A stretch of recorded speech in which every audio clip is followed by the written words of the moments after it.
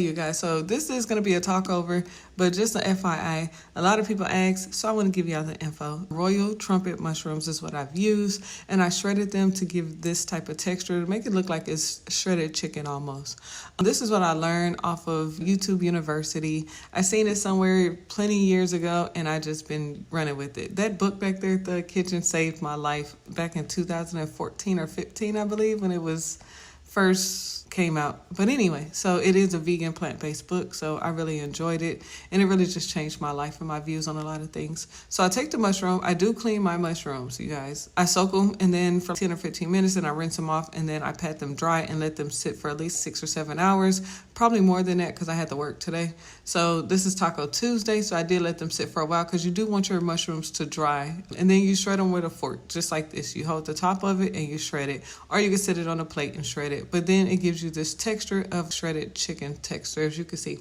So I pull it apart, the pieces that are too thick. Now you don't want it too thin because you are going to grill them on the oven or put them on the stove or whatever. So it should give you this type of texture right here. So as you can see, it looks just like shredded chicken. If you was to show this to someone who was non-vegan or plant-based, they would be like, that's some chicken, right? No, it's a mushroom. So that's why I like it. I learned this and I thought it was pretty cool. I do this a lot to my friends and family members that's not plant-based or vegan. So you get this texture and make sure they're dry because mushrooms do soak up all liquid. So you want to make sure that your shrooms are dry and clean. So after you shred them, then you get your cast iron skillet. Now this is what I use. I'm not telling you guys what to use. I just like using cast iron skillets. It's more healthy. They say those other ones give off lead, but do what you want to with you. This is just what I like to use. I use some olive oil on a cast iron skillet, and then I just put the shrooms on there, and they are doing their own little thing. I do put the oven on 3. I don't go any higher than 3. As you can see, it's on 3. I never change that because you don't want anything to burn. I know they say a lot of millennials use everything like 7 or 8 to put everything on high. But anyway, so scrape everything out your bowl, put it in a skillet. Then you put your seasonings. I use smoked paprika, some garlic, some taco seasoning.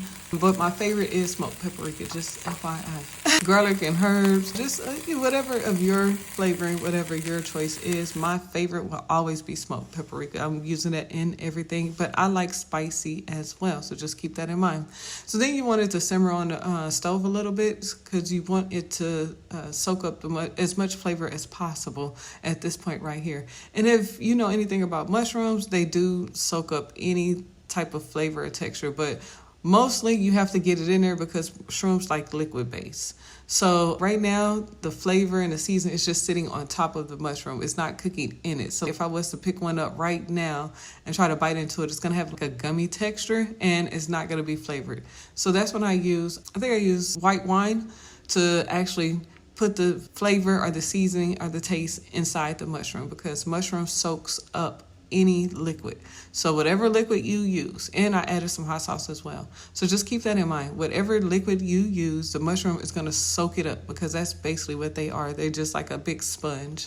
So with the shrooms, once again, if you just add the seasoning, it's not going to taste as flavorful because the seasoning is not going inside the mushroom. You have to give it some type of liquid base so it can pull it inside the mushroom to give it the actual flavor. So that's what I did. You can use whatever liquid base you would like to. You could have just used water, but I like white wine. It gives it a whole nother je ne sais quoi, chef kiss type flavor. So I do that and then I let it simmer. And I did add some diced jalapenos. Once again, I like spicy stuff. So I added some diced jalapenos, y'all call them red onions. It is what it is. It's a purple onion. I like it because it gives it a little sweet heat type of vibe. And then I did do a little green bell pepper or whatever. But my main key thing is the jalapeno. I did use that, and the purple onion. I used majority of that as well. And then I did use some taco seasoning also. Use whatever taco seasoning of your own flavor, your own choice.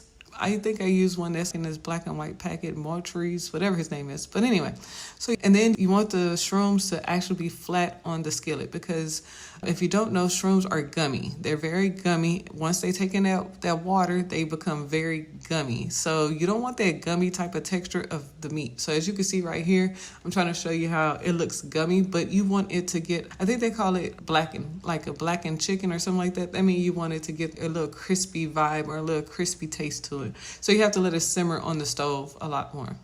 And then this is how it turns out. The onion, the bell pepper, the jalapeno,